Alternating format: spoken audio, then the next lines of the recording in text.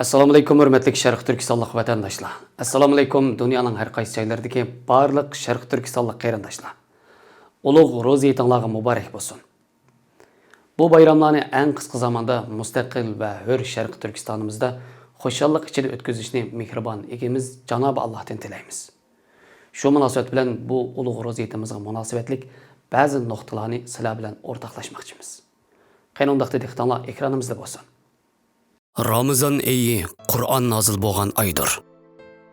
Qur'on yaratquchimiz Allohning kalomidir. Qur'on shundaqli bir muqaddas nur va qadrli kitobki, nada nozil bo'lsa, shu yerni muqaddaslashtiradi. Qaysi zamonda nozil bo'lgan bo'lsa, shu zamonni muqaddaslashtiradi. Kimga nozil bo'lsa, shu kishini qadrli qiladi. Qur'on Makka va Madinada nozil bo'ldi va bu shaharlarni ulug' qildi. Qur'on Muhammad alayhisalomga nozil bo'ldi va Muhammad alayhisalomni ulug' bir payg'ambar qildi. Qur'on Ramazon oyida nozil bo'ldi va Ramazon oyini ulug' bir oy qildi. Qur'on Ramazon kechalaridan bir kechasida nozil bo'ldi va shu kechani qadrli qilib qadr kechasiga aylantirdi. Ya'ni Qur'on shundoq bir ulug' kitobki, kimning qalbiga nozil bo'lsa, shu kishini qadrli qiladi. Shu kishini uyg'otadi. Shu kishini tirildirdi, shu kishini pokizlaydi. Janob Alloh qadrlik va qadrdon bo'lishimiz uchun va ma'naviy kasalliklardan saqayib kuchlanishimiz uchun bizning qalbimizning darvozasini Qur'onga ochishimizni xohlaydi. Xususan Ramazon oyini Qur'on oyi deb e'lon qilib, bu oyda Qur'onni qalbimizga nozil qilishni xohlaydi. Shuning uchun Ramazon oyida Qur'onni texmi ko'p o'qishni Rasululloh orqali bizga tavsiya qildi. Shuning uchun Ramazon oyida qalbimizning darvozalarini Qur'onga to'liq ochib berishimiz kerak. Chunki Qur'on bir ulug' nurdir. Bu nur insonga yaqinlashgan sari insonning ichi nurlanadi, aqli uyg'onadi, iymoni jonlanadi, vijdoni pokizlanadi. Qalbiga iymon, vijdon, farosat va nomus qatorliq ma'naviy quvvatlarning hammasi qaytib keladi.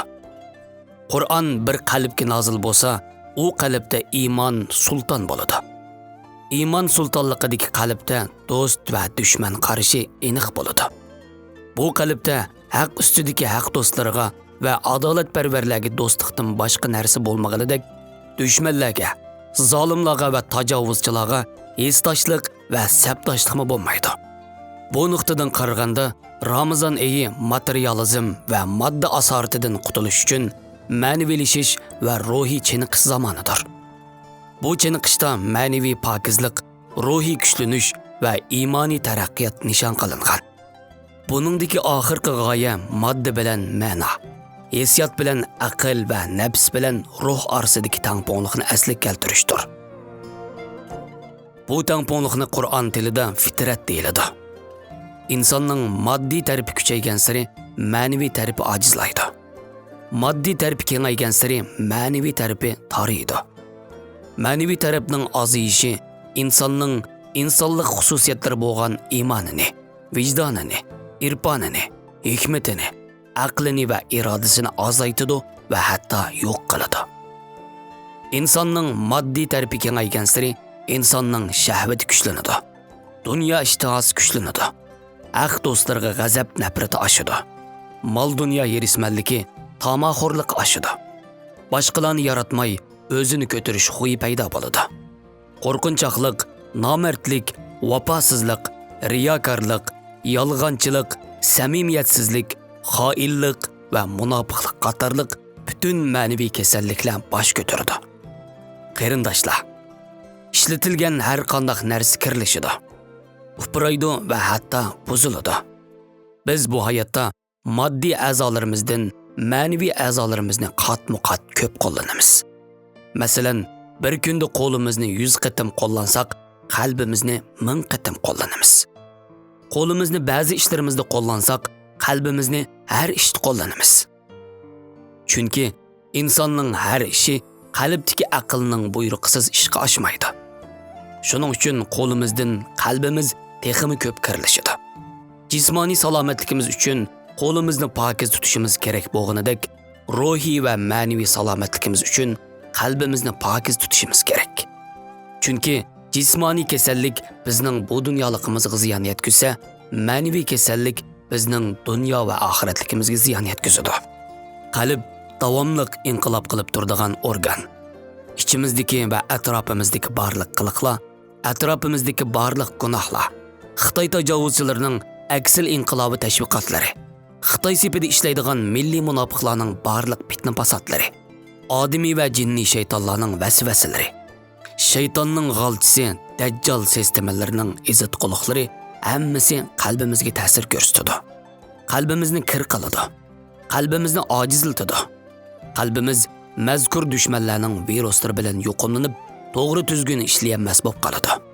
Buni bilgan mehribon yaratquchimiz Alloh antivirus mohiyatidagi Qur'onni bizga hadiya qilib, Ramazon oyini bu antivirusni qo'llanib pokizlanish zamoni qilib bekitgan.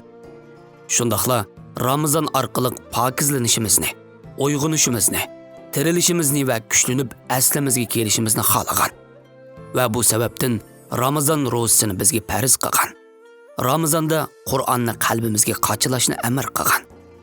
Bu nuqtadan qaraganda Ramazon oyi yillik pokizlik zamoni. Bu oyda insonning butun ma'naviy organlari pokizlanib asliga keltiriladi. Bu oyda insonning ma'naviy dunyosi tirildiriladi. Qalb poytaxti nafs tajovuzchilaridan ozod qilinib, iymon sultoni qayta taxtga chiqadi. Qalbdagi iymonning amonligini vijdon muhofizlari qo'g'daydigan bo'ladi. Ramazon oyida ma'naviyat askarlari tirilib, qalb poytaxtini nafs tajovuzchilaridan ozod qilib, iymon shohini asli vatani qalb taxtiga qaytarib kelganligi uchun Ramazon oyi oxirlashganda Ramazon bayrami qilamiz. Bu bayram dinimizda Eid deb ataladi. Bu kalima lug'atda qaytib kelish deganlik bo'lib, iymonning qalbga shoh sifatida qaytib kelishi ko'zda tutilgan. Shuning uchun bu bayramni ozodlik bayrami deyishga bo'ladi. Chunki qalb nafs kontrolligidan qutulgan va iymonning rahbarligiga o'tgan. Shuning uchun bizmi bu kalimani bir oz uyg'urchalashtirib Eid deb ataymiz. Bu bayramda bir-birimiz bilan heytlashganda Eidingiz muborak bo'lsin deganlik, nafsingizni yengib, qalbingizdan nafs tajovuzchilarini qo'g'lab chiqarganligingiz muborak bo'lsin deganlikdir. Shundaqla qalb taxtingizga iymon shohingizni qaytarib kelganligingiz muborak bo'lsin deganlikdir. Hammamizga ma'lumki, bayramlar azaldan buyuk inqiloblarni qilib, g'alaba qozonganlar tarafidan o'ttirg'i chiqariladi. Ramazon va Qurban bayramlari Alloh tarafidan bayram qilib bekitilgan. Chunki Allohning qo'shini bo'lgan mu'min musulmonlar bu bayramlardan burun ma'naviy jihatdan jihad qilib, nafs tajovuzchilarini yengib, qalb poytaxtini ozod qilib, iymon shohini o'z taxtiga qaytarib kelganligi uchun Janobi Alloh bu g'albini taqdirlab, Ramazon va Qurban bayramlarini musulmonlarga diniy bayram qilib bekitib bergan. Bu Ramazon bayramida nafsini yengaligan yigitlarga muborak bo'lsin. Bu Ramazon bayrami bu buyuk jihatda g'alaba qozongan mardlarga muborak bo'lsin. Bu Ramazon bayramida qalb poytaxtini ozod qila olganlarga muborak bo'lsin. Bu bayram iymon sultonini qalb taxtiga chiqara olganlarga muborak bo'lsin. Bu bayram to'g'ri yo'lga ergashganlarga muborak bo'lsin. Bu bayram o'ziga xoinlik qilmaganlarga muborak bo'lsin.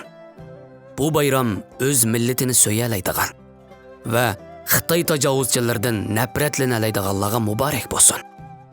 Bu bayram o'z baxti uchun mustaqillik maydoniga kelalaydigan vijdonliqlarga muborak bo'lsin. Bu bayram Xitoy tajovuzchilarining zulmi ostida ingrayotgan 40 million Sharq Turkiston xalqiga muborak bo'lsin. Bu bayram Allohning har turli ne'matiga muhtoj bo'lgan, ammo xoin bo'lmagan butun Sharq Turkiston xalqiga va butun islom dunyosiga muborak bo'lsin. Amin.